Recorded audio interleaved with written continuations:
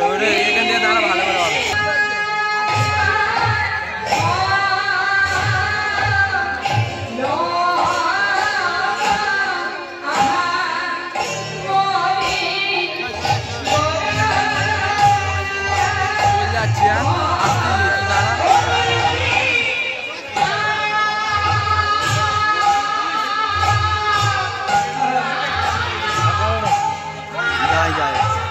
আমি যাই পরে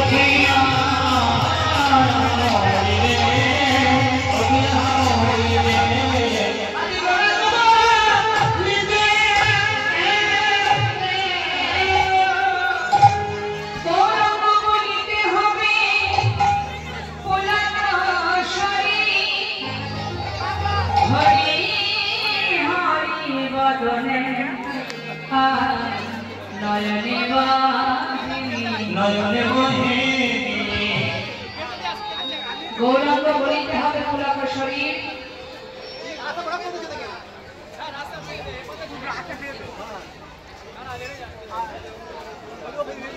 হরি হরি বলনে নয়নে বাহিনী।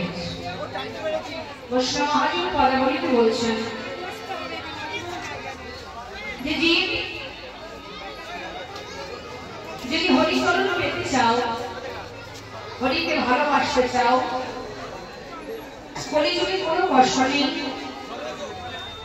বদলে হরি নাম করো, গৌরী চরণে দুঃখটা নয়নবারে পরিশ্রম করো, সাধু সঙ্গ করো, ভক্তের চরণ ধুলি সাধু বৈষ্ণবের চরণ ধুলি অঙ্গে মাখো, সময় চলে গেলে আর পাবে না, মনের ভিতরে আনন্দ রাখো। এখন আপনারা হয়তো বলবেন সংসারে এত জ্বালা এত যন্ত্রণা, এর মধ্যে কি করে আনন্দ রাখবে?